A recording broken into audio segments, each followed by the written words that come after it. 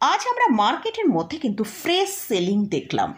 Nifty তার higher level থেকে প্রায় 500 পয়েন্ট, ব্যাংক নিফটি তার হায়ার লেভেল থেকে প্রায় 1000 পয়েন্টের মতন সেলিং এসছে। তো নিফটি ব্যাংক নিফটিতে এতটা সেলিং আসার কারণ কি? আমরা কিন্তু যদি গ্লোবাল মার্কেটের দিকে ফোকাস করি, সেখানে আমরা দেখতে পাচ্ছি প্রত্যেকটা মার্কেটের মধ্যেই ভালো পজিটিভের ট্রেড হচ্ছে। এশিয়া মার্কেটের যদি জাপানের মার্কেট দেখি, নিকাই সেখানে 660 পয়েন্ট, তাইওয়ান প্রায় 400 পয়েন্ট পজিটিভে ক্লোজিং দিয়েছে। এছাড়াও ইউরোপ মার্কেটের দিকে যদি ফোকাস করি, সেখানে পজিটিভে ট্রেড করছে। এরই সাথে সাথে ইউএস মার্কেটের ডাউন জোনও কিন্তু পজিটিভে ট্রেড করছে। তো আমাদের ইন্ডিয়ান মার্কেটে এতটা সেলিং কেন এসেছে? আমরা জানি যে লাস্ট 3 দিন আগেই কাশ্মীরের পাহালগাঁয়ে যে জঙ্গি হানা হয়েছে, সেখানে প্রায় 27 জন ভারতীয় নাগরিকের প্রাণ চলে গেছে। তো তারই পরিপ্রেক্ষিতে আমাদের ইন্ডিয়ান গভর্নমেন্ট অ্যাকশন নিতে শুরু করেছে পাকিস্তানের বিরুদ্ধে। এই ইন্ডিয়া এবং পাকিস্তানের যে অ্যাটাকের পরিপ্রেক্ষিতে আজকে আমাদের ইন্ডিয়ান মার্কেটের মধ্যে ফ্রেশ সেলিং দেখতে পেয়েছি। আমরা লাস্ট 2 দিনেও মার্কেটের মধ্যে কিন্তু একটা সেলিং দেখতে পেয়েছিলাম, কিন্তু সেখানে আমরা দেখেছি ভালো রিকভার করে মার্কেট ওপরের দিকে চলে গিয়েছিল, যেহেতু তখন মান্থলি এক্সপায়ারি ছিল। কিন্তু আজকে মার্কেটে নতুন সেশন শুরু হয়েছে, তো সেই জন্য মার্কেটের মধ্যে এতটা আনসার্টেনিটি রয়েছে। তার জন্যই কিন্তু মার্কেট আগে থেকেই কিন্তু তার নিউজকে ডিসকাউন্ট করে। তার জন্যই কিন্তু আমরা দেখতে পেলাম মার্কেটে আজকে এতটা সেলিং প্রেশার এসছে, এবং যারা ট্রেডার্স আছে তারা মার্কেটে বাই না করে সেল করছে। এই যে আমাদের ইন্ডিয়ান গভর্নমেন্ট একটা কড়া ব্যবস্থা পাকিস্তানের জন্য নিতে চলেছে, তার জন্য আরও যে কয়েকটা কারণ রয়েছে আমাদের আজকে মার্কেটে এতটা সেলিং আসার জন্য।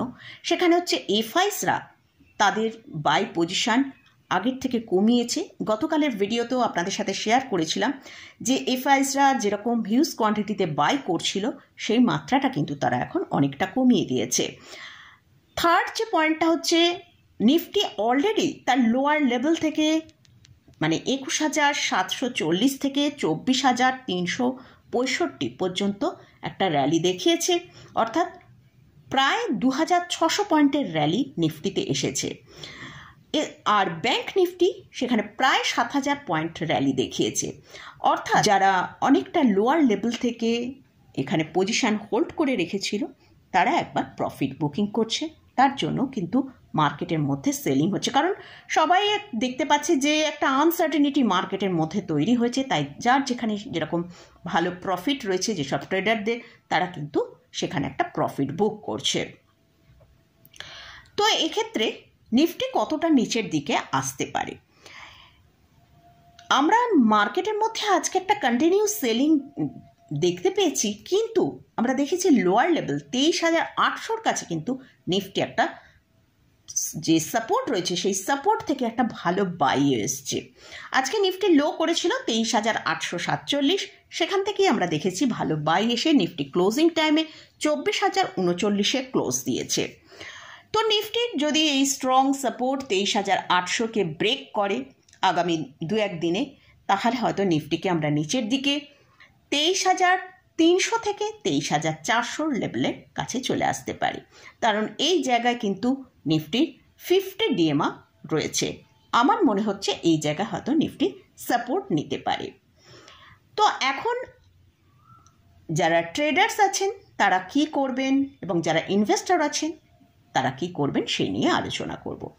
প্রথমে হচ্ছে যারা ট্রেডার্স আছেন, যারা 2-1 দিনের জন্য ট্রেড করছেন, তাদের আমার মনে হয় একটু পজিশন হালকা রাখাই বেটার, কারণ মার্কেটের মধ্যে একটা আনসার্টেনিটি তৈরি হয়েছে। কিন্তু যারা 6 থেকে 8 মাসের জন্য মার্কেটে কোনো স্টককে হোল্ড করছেন, তারা হয়তো একটু এখন মার্কেটের মধ্যে প্রেশার দেখতে পাচ্ছেন, তবে স্ট্রিক্টলি স্টপ লস ফলো করে হোল্ড করুন। যারা ইনভেস্টর আছেন, অবশ্যই তারা পোর্টফোলিও যেমন আছে সেরকম হোল্ড করতে থাকুন।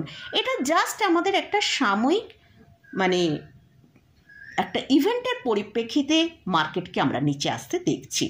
আমাদের কিন্তু যদি দেখি ইকোনমিক্যালি কিন্তু কোনো রকম কোনো পরিবর্তন হয়নি। যে ভালো একটা ইকোনমিক্যালি পরিস্থিতির মধ্যে বাতাবরণ তৈরি হয়েছিল, সেটা কিন্তু এখনও ইনট্যাক্ট আছে। আমরা দেখিনি যে আরবিআই থেকে কোনো ব্যাড নিউজ বা আমাদের কোনো জিডিপির ডেটা খারাপ এসছে, এরকম কিছু আসেনি। অর্থাৎ ইকোনমিক্যাল ডেটা যেগুলো রয়েছে সেগুলো সবই ঠিকঠাক আছে, তাই লং টার্মে কিন্তু মার্কেট ওপরের দিকেই যাবে। হয়তো আমরা শর্ট টার্মে 1 সপ্তাহ 2 সপ্তাহের জন্য যদি কারোর ভিউ থাকে, সেখানে হয়তো মার্কেটকে আমরা নিচের দিকে আসতে দেখতে পারি। এর সাথে সাথেই আইটি ইন্ডেক্স আজকে আমরা ম্যাক্সিমাম সেক্টরের মধ্যে কিন্তু ভালো ডাউন দেখেছি, শুধু আইটি সেক্টরের মধ্যে কিন্তু একটা ভালো পজিটিভ দেখেছি। আমি এই ভিডিওটায় আপনাদের সাথে শেয়ার করেছিলাম যে আইটি ইন্ডেক্সের মধ্যে একটা র্যালি এসেছে, হয়তো এটা আমরা কন্টিনিউ হতে পারে 37,500 থেকে 37,800 পর্যন্ত। মোটামুটি আজকে আমরা আইটি ইন্ডেক্সকে 35,000 পর্যন্ত ট্রেড করতে দেখেছি।